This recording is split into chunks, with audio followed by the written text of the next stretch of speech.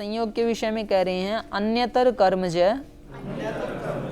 उभय कर्मजः संयोगश्च संयोगः। अन्यतर कर्मज, अन्यतर कर्मज माने जिन दो द्रव्यों का संयोग होता है उस संयोग से उत्पन्न होने वाला, उन दोनों में से किसी एक द्रव्य की क्रिया से उत्पन्न उसको कहेंगे अन्यतर कर्मज।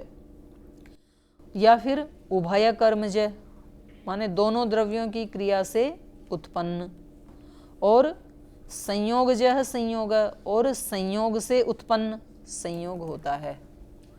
जैसे दो हाथ है ना मेरे, और इन दोनों का संयोग होगा तो इन दोनों में से किसी एक की क्रिया से संयोग होगा, या तो ये इधर आएगा या तो ये इधर आएगा, तो इसको क्या कहेंगे अन्यतर कर्मज संयोग है, दोनों में से किसी एक के कर्म से होगा। या फिर उभय कर्मज, या दो हैं दोनों इधर आएंगे तो संयोग होगा। या फिर संयोगज संयोग, संयोगज संयोग है माने मैंने पुस्तक को पकड़ रखा है हाथ से और हाथ का संयोग है शरीर से, तो ये संयोगज संयोग है। तो ये कह रहे हैं अप्राप्तयोः प्राप्ति संयोगः। संयोग किसको कहते हैं? जो प्राप्त नहीं था उसकी जो अभी प्राप्ति हो गई उसी को संयोग कहते हैं। पहले से अप्राप्त दो द्रव्यों की प्राप्ति अर्थात मिल जाना उसको संयोग कहते हैं। यह प्राप्ति कर्म के द्वारा संभव है। संयोग हमेशा कर्म के द्वारा संभव है, जैसा कि पहले कहा संयोग विभाग वेगानाम कर्म समानम, पहले उसमें कह दिया ना अध्याय में कि संयोग विभाग वेगानाम कर्म समानम। सामान्य रूप से कर्म रहता है संयोग में भी, विभाग में भी और वेग रूपी संस्कार में भी। तथा संयोग विभागाश्च वेगा कर्मणाम कार्याणि, इस सूत्र में यह बताया कि किस किस के कर्म से संयोग गुण उत्पन्न होता है, उसी को खोल रहे हैं। अन्यतर कर्मज, जैसे पक्षी के कर्म से पक्षी का और वृक्ष का संयोग होता है।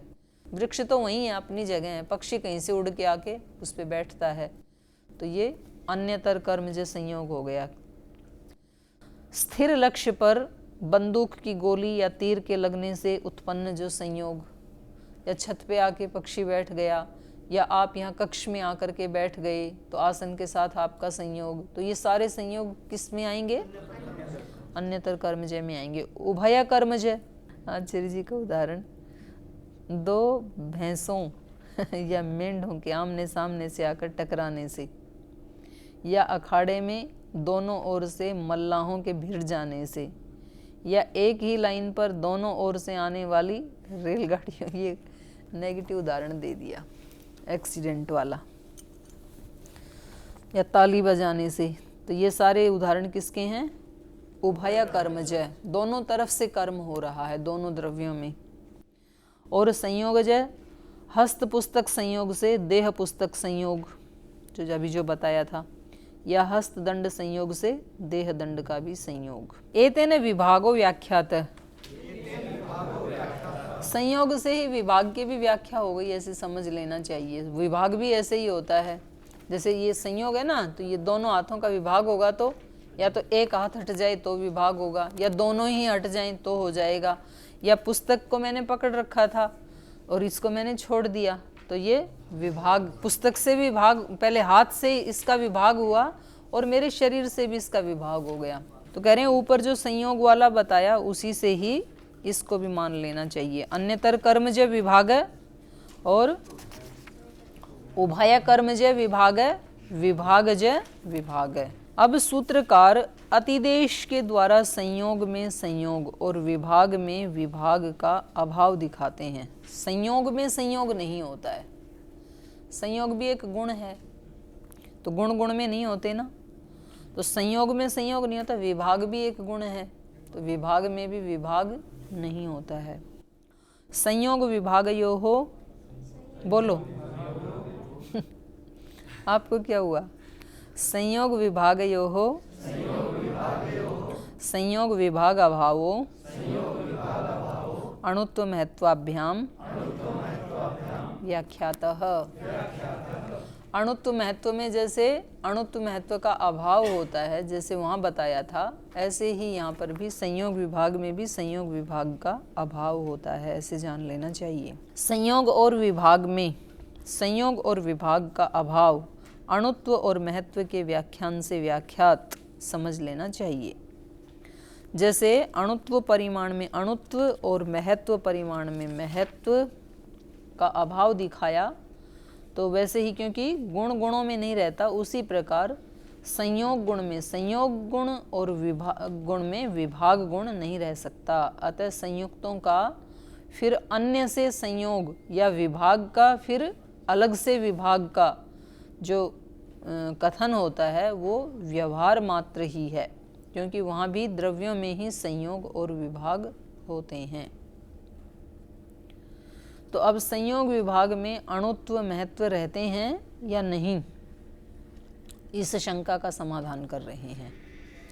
संयोग में अणु संयोग या महत संयोग या विभाग में अणु विभाग, महत्व विभाग, बड़ा विभाग, तो ये रहते हैं या नहीं रहते हैं? व्यावहारिक दृष्टि से तो लगता है ना कि रहते हैं। तो छोटा सा संयोग हुआ, बड़ा संयोग हुआ, और ऐसे ही थोड़ा विभाग हुआ, अधिक विभाग हुआ, ऐसे लगता है व्यवहार में। तो पूछ रहे हैं कि संयोग विभाग में अणुत्व महत्व रहते हैं या नहीं, इस शंका का समाधान करें। कर्म भी ही कर्माणि गुणैर्गुणाः अणुत्व महत्वाभ्याम इति। तो कह रहे हैं ये भी हमने उन्हीं से कह दिए, अणुत्व महत्व के द्वारा ही ये भी कह दिए हैं कि कर्म भी कर्माणि और गुणै ही गुणा, ये उनमें नहीं रहते हैं। कर्मों से कर्म और गुणों से गुण रहित हैं, असंबद्ध हैं, ये अणुत्व महत्व के द्वारा ही कह दिया है। गत सूत्रों में कह चुके हैं कि कर्म के साथ कर्म और गुणों के साथ गुण नहीं रहते, तथा अणुत्व महत्व भी कर्म गुणों के साथ नहीं रहते। इसी प्रकार संयोग विभाग में भी अणुत्व महत्व परिमाण नहीं रहते, क्योंकि संयोग विभाग भी गुण और अणुत्व महत्व भी गुण हैं। ठीक है ना, दोनों गुण है ना, अणुत्व भी गुण है, संयोग भी गुण है। तो संयोग में अणुत्व नहीं रहेगा, संयोग में महत्व भी नहीं रहेगा, गुण गुणों में नहीं रहते हैं, तो उसी से सब व्याख्यात हो गया। फिर भी जो अणु संयोग, महान संयोग, अणु विभाग, महान विभाग, ये जो व्यवहार होता है उसे औपचारिक या गौण मानना चाहिए, वास्तविक नहीं मानना चाहिए। अब कार्य द्रव्य और कारण द्रव्य तथा अवयव और अवयवी में परस्पर संयोग विभाग का निषेध कर रहे हैं। कार्य द्रव्य और कारण द्रव्य में परस्पर संयोग का और विभाग का निषेध कर रहे हैं। हाँ, ये समझने योग्य है सूत्र। युत सिद्ध अभावात् कार्य कारणयोः संयोग विभागौ न विद्येते। कार्य कारणयोः, कार्य द्रव्य और कारण द्रव्य दोनों में संयोग विभागौ, संयोग और विभाग न विद्येते, नहीं होते हैं। युत सिद्धि अभावात्, युत सिद्धि के न होने से, युत सिद्धि का अभाव होने से। कैसे? परस्पर संबंध से रहित दो द्रव्यों की स्वतंत्र स्थिति को युत सिद्ध कहते हैं। जैसे दो घड़े, दो पुस्तक, अलग अलग सिद्धि है ना उनकी। घड़ा अपनी स्वतंत्र सत्ता से रह रहा है, पुस्तक अपनी स्वतंत्र सत्ता से रह रहा है, तो इसको क्या कहेंगे? युत सिद्ध। तो दो घड़े या दो पुस्तक परस्पर संबंध से रहित स्वतंत्र रूप से अवस्थित होते हैं, वो अपनी स्थिति के लिए किसी दूसरे घट या पुस्तक की अपेक्षा नहीं रखते, परंतु कार्य कारण भाव संबंध वाले द्रव्यों में युत सिद्धि का अभाव होता है, युत सिद्धि असंभव है, क्योंकि कार्य द्रव्य अपने कारणों को छोड़कर नहीं रह सकता। वस्त्र और धागा, इनमें कैसा संबंध है? अयुत सिद्ध, क्योंकि धागा, वस्त्र धागे के बिना नहीं रह सकता। धागा तो रह सकता है, पर धागा रेशे के बिना नहीं रह सकता है, कपास के बिना नहीं रह सकता है। जब वो वस्त्र रूप में नहीं होगा ना धागा, तब वो कारण भी नहीं कहलाएगा। कारण भी वो तभी बनेगा जब वो वस्त्र में अन्वित होगा। तो जब वो कार्य द्रव्य में अन्वित हो गया तो फिर अब इन दोनों को अलग नहीं कर सकते हैं, कार्य द्रव्य वस्त्र को और कारण द्रव्य धागे को अब अलग नहीं कर सकते। तो अब ये कैसे हैं? अयुत सिद्ध। तो कह रहे हैं वे अपनी स्थिति के लिए दूसरे घट या पुस्तक की अपेक्षा नहीं करते, लेकिन कार्य कारण भाव संबंध वाले द्रव्यों में युत सिद्धि असंभव है, क्योंकि कार्य द्रव्य अपने कारण को छोड़कर उनकी उपेक्षा करके स्वतंत्र नहीं रह सकता, अर्थात कारण को छोड़कर कार्य का अस्तित्व नहीं है। इसी प्रकार जब केवल कारण द्रव्य है तब कार्य का अस्तित्व नहीं होता। कारण तो अकेला रह सकता है ना, जैसे मिट्टी है और घड़ा नहीं है। अभी मिट्टी और उस मिट्टी से उत्पन्न घड़े का, रोटी और उसके उपादान कारण आटे का संयोग संबंध नहीं होता। अतः कार्य और कारण की पृथक पृथक स्वतंत्र स्थिति न होने से इनका संयोग होना नहीं कहा जा सकता। माने वो अलग अलग उनका संयोग हो गया ऐसे नहीं कह सकते आप। जब धागे से वस्त्र बन गया तो आप ये नहीं कह सकते कि धागे का और वस्त्र का संयोग हो गया, क्योंकि संयोग तो दो अलग अलग का होता है ना, और उनका तो अस्तित्व ही नहीं है एक दूसरे के बिना। वो दोनों मिलके ही एक वस्त्र बना है।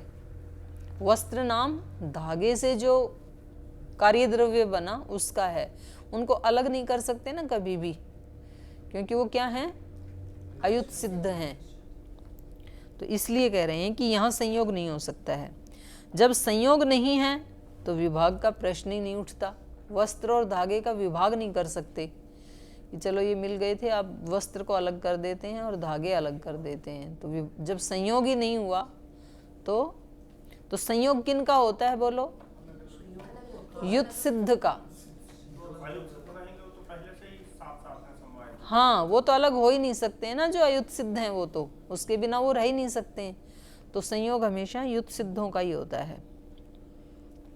जब संयोग नहीं हुआ तो उनके विभाग का प्रश्न ही नहीं उठता। तो फलतः कार्य कारण या अवयव अवयवी में परस्पर संयोग और विभाग नहीं रहते, क्योंकि कार्य कारण हमेशा साथ ही रहते हैं ना, अयुत सिद्ध है ना कार्य कारण, और ऐसे ही अवयव अवयवी भी अयुत सिद्ध हैं। तो ना तो उनका संयोग कह सकते हैं, और संयोग नहीं तो विभाग की कोई प्रश्न ही नहीं है, क्योंकि ये अयुत सिद्ध माने जाते हैं जिनका कि परस्पर समवाय संबंध माना जाता है। तो संयोग विभाग हमेशा किसका होगा? युत सिद्धों का ही होता है। प्रसंगवश शब्द और अर्थ के संबंध का निर्धारण करने के लिए अब संयोग संबंध का खंडन कर रहे हैं। तो ये कह रहे हैं गुणत्वात्। शब्द और अर्थ में भी तो संबंध है ना एक, तो वो कह रहे हैं शब्द और अर्थ के संबंध का निर्धारण करने के लिए संयोग संबंध का खंडन कर रहे हैं। संयोग और संबंध अलग अलग है ना दोनों, उसी को बता रहे हैं। गुणत्वात् शब्द के गुण होने से शब्द और अर्थ का संयोग संबंध नहीं होता, अलग अलग हैं दोनों। शब्द गुण है, शब्द के गुण होने से किसी अर्थ के साथ शब्द का संयोग संबंध संभव नहीं है। अर्थ तो द्रव्य है और ये गुण है, तो इनका संयोग नहीं होगा। ऐसे संयोग किसका होता है? युत सिद्धों का, दो द्रव्यों का। तो शब्द के गुण होने से किसी अर्थ के साथ शब्द का संयोग संबंध संभव नहीं है। यह संबंध केवल दो द्रव्यों का परस्पर होता है, द्रव्य और गुण का संयोग संबंध नहीं होता है। अब सूत्रकार शब्द और अर्थ का परस्पर संयोग संबंध न होने में अन्य हेतु दे रहे हैं। क्यों नहीं होता है ये संयोग संबंध? तो दूसरा हेतु दे रहे हैं, गुणोपि विभाव्यते।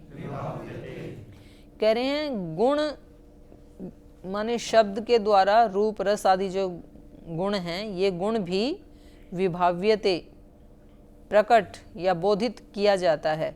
जैसे घटपट आदि शब्दों के द्वारा घटपट आदि द्रव्यों का बोध कराया जाता है। घटपट आदि शब्द भी हैं, द्रव्य भी हैं। जैसे मैं मुख से बोल रही हूँ घट, ये तो शब्द है, ये जो सामने रखा है ये द्रव्य है, अर्थ है उसका। तो घटपट आदि शब्दों के द्वारा घटपट आदि द्रव्यों का बोध कराया जाता है, वैसे ही रूप रस स्पर्श आदि शब्दों के द्वारा रूप रस स्पर्श आदि गुणों का भी बोध होता है, और शब्द भी गुण है। तो शब्द एवं अर्थ अर्थात शब्द और रूप आदि अर्थ दोनों के गुण होने से तो दोनों का संयोग संबंध सर्वथा ही असंभव है। एक द्रव्य हो एक गुण हो तब भी संयोग संबंध नहीं होगा, और दोनों ही गुण हो तब तो सर्वथा ही असंभव है। शब्द और अर्थ का संयोग संबंध न होने में अब तीसरा कारण बता रहे हैं। तो सूत्र बोलिए निष्क्रियत्वात्। निष्क्रिय होने से, शब्द के क्रिया रहित होने से, क्योंकि शब्द क्या है? गुण, और क्रिया हमेशा किस में होती है? द्रव्य में होती है। तो निष्क्रियत्वात् शब्द के क्रिया रहित होने से शब्द और अर्थ का संयोग संबंध नहीं होता है, क्योंकि संयोग हमेशा किससे उत्पन्न होता है? कर्म से, क्रिया से। अन्यतर कर्म से होगा या उभयज कर्म से होगा या तो संयोग होगा। और शब्द क्या है? क्रिया रहित है, क्योंकि वो गुण है और क्रिया हमेशा द्रव्य में होती है। संयोग संबंध क्रिया के अनंतर होता है, क्योंकि वह अन्यतर कर्मजय, उभय कर्मजय और संयोगज बताया है, परंतु शब्द में क्रिया होती ही नहीं, क्योंकि वह गुण है।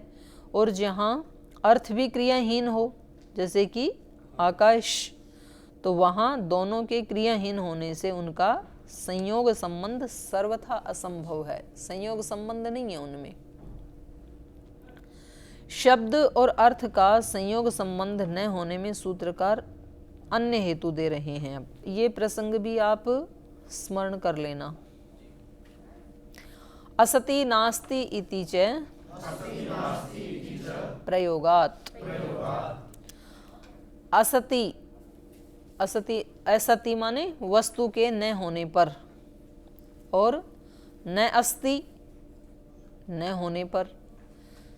तो वस्तु के होने पर या न होने पर भी शब्द का अर्थ के साथ संयोग संबंध नहीं है। कैसे?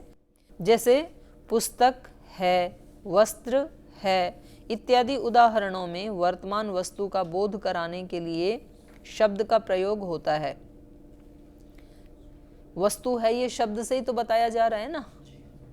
उसी प्रकार घड़ा नहीं है, घड़ा था या घड़ा बनेगा। तो इन उदाहरणों में वस्तु के वर्तमान न होने पर अर्थात वस्तु के अभाव में या उसके अतीत होने पर या उसके अनागत अवस्था में भी शब्द का प्रयोग होता है। यदि वस्तु का शब्द के साथ संयोग संबंध होता तो वस्तु की अविद्यमानता में शब्द का प्रयोग कभी ना हो पाता। सही है ना?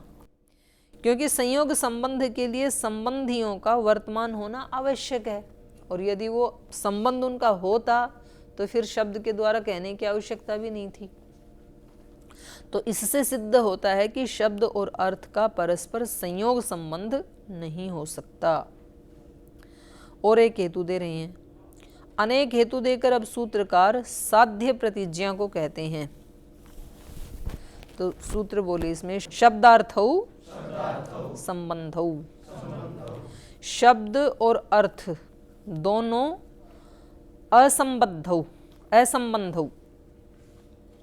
शब्दार्थौ असंबंधौ, असंबंधौ संयोग संबंध वाले नहीं हैं। शब्द और अर्थ दोनों इनका संयोग संबंध नहीं होता है। तो पूर्वोक्त हेतुओं से सिद्ध है कि शब्द का अर्थ के साथ संयोग संबंध नहीं है और ना ही समवाय संबंध है। ना संयोग संबंध है ना समवाय संबंध है। न विद्यते संबंधो ययो तौ असंबंधौ शब्दार्थौ। तो यहाँ न बहुब्रीहि समास है। अब सूत्रकार उदाहरण से शब्द और अर्थ में परस्पर संयोग तथा समवाय दोनों ही संबंधों का निषेध कर रहे हैं। संयोग संबंध भी नहीं है, समवाय संबंध भी नहीं है। ये यो कर लेना है ना।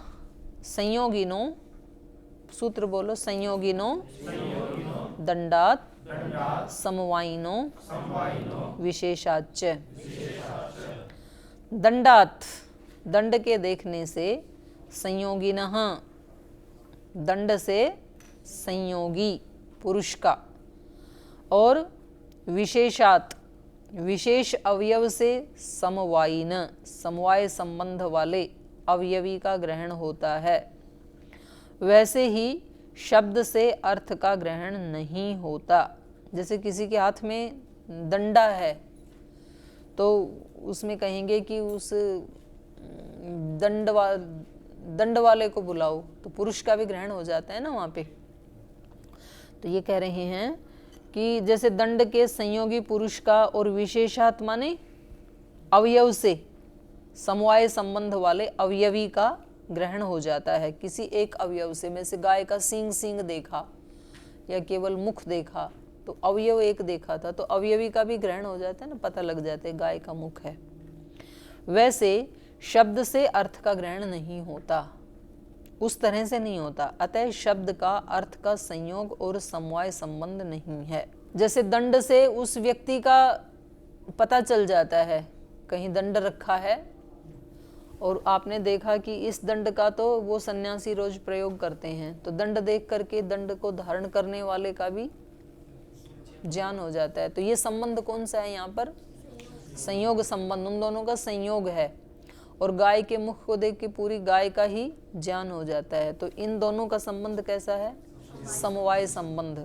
ऐसे शब्द और अर्थ का इन दोनों में से कोई भी संबंध नहीं है।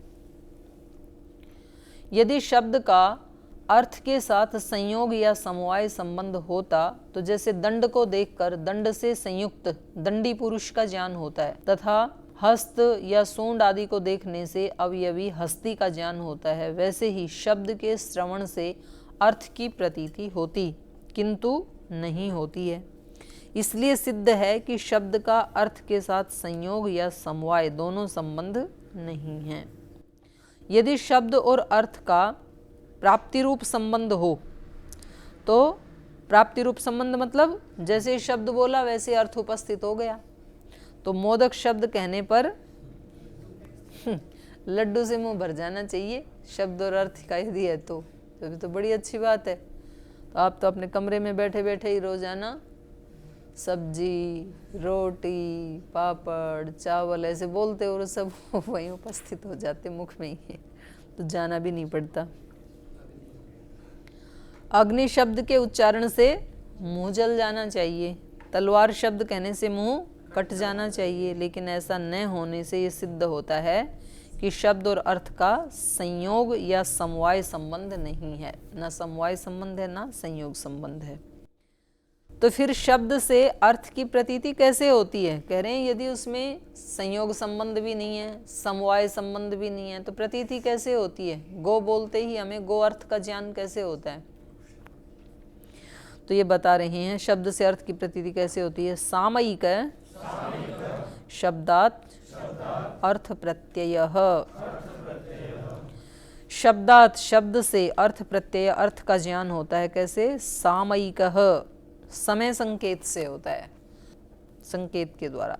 इस शब्द का यह अर्थ जानना, इस प्रकार के निर्देश को क्या कहते हैं? समय संकेत।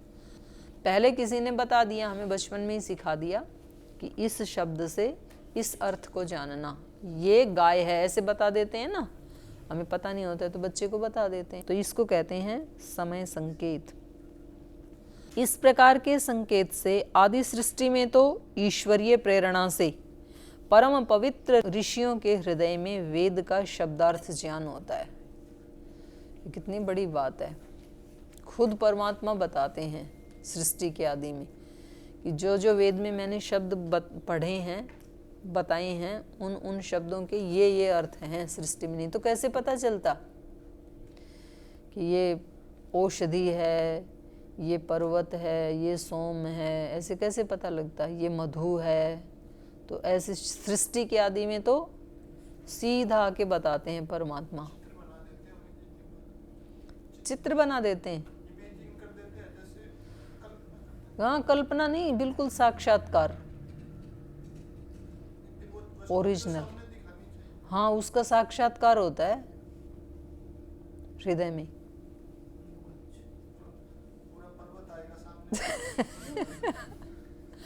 पर्वत का साक्षात्कार मतलब जैसे आप पहाड़ के पास जाते हैं ना, और जब आप सामने देखते हैं तो एक आपको ज्ञान हुआ ना, तो पर्वत थोड़ी आपकी आंखों के अंदर घुसा, वहां पे साक्षात्कार ही तो हुआ उसका। ऐसे ही उनको दूर बैठे बैठे ही वो साक्षात्कार हो जाता है उनके हृदय में। तो ये कह रहे हैं, सृष्टि की आदि में ईश्वरीय प्रेरणा से परम पवित्र ऋषियों के हृदय में वेद का शब्दार्थ ज्ञान होता है। उसके अनंतर, उसके बाद आप्त पुरुष बहुत से शब्दों से अर्थों का वस्तु के गुणानुसार निर्देश कर देते हैं फिर। लेकिन ये अधिकार भी किसको है? आप्त पुरुषों को, जिन्होंने उस वस्तु के गुण को जाना है। जैसे अपना श्रद्धेय आचार्य श्री ने अभी वो बनाए हैं ना बहुत सारे ग्रंथ, तो उन औषधियों के, उनका नाम ही लुप्त हो गया था, क्योंकि केवल 20,000 जड़ी बूटियों का नाम और उनके गुण, कर्म, स्वभाव, उनका क्या प्रभाव है, उनका क्या काम, वो उपलब्ध था। और फिर आचार्य जी ने 60,000 का किया, और फिर अभी तो लाखों का किया। तो उनका नामकरण कैसे किया? उनके गुण आदि को मालूम है उनको कि इसमें ये गुण है, जैसे ये घाव को भरने वाली है या ये पेट दर्द को ठीक करने वाली जड़ी बूटी है, तो उसके अनुसार फिर उसके नामकरण किए हैं। तो ये अधिकार किसको है? आप्त पुरुषों को, जो उसके बारे में जानते हैं उसी को अधिकार है। ऐसे नहीं कि हम उसका कुछ भी नाम रख दें, उसका पता होना चाहिए। यह संकेत भिन्न भिन्न देशों में भिन्न भिन्न प्रकार का हो सकता है। ये संकेत भिन्न भिन्न देशों में भिन्न भिन्न प्रकार का हो सकता है। इसी भेद के कारण भाषाओं की भिन्नताएं हो जाती हैं। इन संकेतों के न समझने वाले व्यक्ति को शब्द सुनकर भी अर्थ का ज्ञान नहीं हो सकता। जैसे फारस देश के लोग चंद्रलोक को महताब, और अंग्रेज लोग मून, आर्य लोग शशि, कलानिधि, मृगांक, चंद्र इत्यादि शब्दों से जानते हैं और संकेतित करते हैं। कहीं एक ही शब्द का भिन्न भाषाओं में भिन्न अर्थ भी देखा जाता है। जैसे बंगला भाषा में पिता को बाबा और बड़े भाई को जबकि हिंदी भाषा में दादा किसको कहते हैं? पितामह को। और तेलुगु भाषा में पिता को क्या कहते हैं? और हिंदी भाषा में किसको कहते हैं? नाना, मातामह, माता के पिता को। इसी प्रकार हिंदू शब्द है जिसका अर्थ अरबी कोश में चोर, काला, असभ्य, काफिर, नास्तिक, और फारसी कोश में श्रेष्ठ, आर्य, पवित्र आत्मा, वेदानुयायी, और संस्कृत भाषा में हिनस्ति दुरितानि, हिनस्ति दुष्टान, हिनस्ति दुर्गुणान इति वा स हिंदू, अर्थात जो सामाजिक बुराइयों को दूर करे, दुष्टों की दुष्टता को दूर करे, अपने दुर्गुणों को नष्ट करे, वो हिंदू है, आर्य है, श्रेष्ठ है, धार्मिक है, वेदानुयायी है। काका शब्द भी ऐसा ही है। पंजाबी में बोलें तो छोटा बच्चा, भतीजा या छोटा बच्चा, जबकि अन्य क्षेत्रों में काका बोलें तो पिता का छोटा भाई, गुजरात में बोलें तो। और ताई शब्द का अर्थ मराठी में दीदी, बड़ी बहन और हिंदी में करें तो ताऊ की पत्नी, ताई, पिता के बड़े भाई की पत्नी, माँ। ऐसे मीठा शब्द गुजराती में बोलें तो नमक। ये अब की बार गए थे ना अहमदाबाद, तो राकेश भैया उनको बोले भाई ये थोड़ा मीठा कम डाला करो, तो अगले दिन उन्होंने नमक डाला ही नहीं। वो कह रहे थे शुगर के लिए, क्योंकि वो नमक और चीनी दोनों डालते हैं ना, तो वो मीठा बोलते हैं नमक को, तो अगले दिन पूरा ही मीठा, नमक बिल्कुल ही नहीं डाला। आपने कहा था मीठा मत डालो, मीठू कहते हैं वैसे। मीठा शब्द गुजराती में, मराठी में नमक का वाचक है, जबकि हिंदी में गुड़, चीनी आदि मधुर पदार्थों का वाचक है। तो ये शब्दार्थ का संबंध बता रहे थे। अभी ये थोड़ा बचा है, इसको फिर कल पढ़ेंगे। अभी समय हो गया, पाठ को यहीं विराम देते हैं। ओम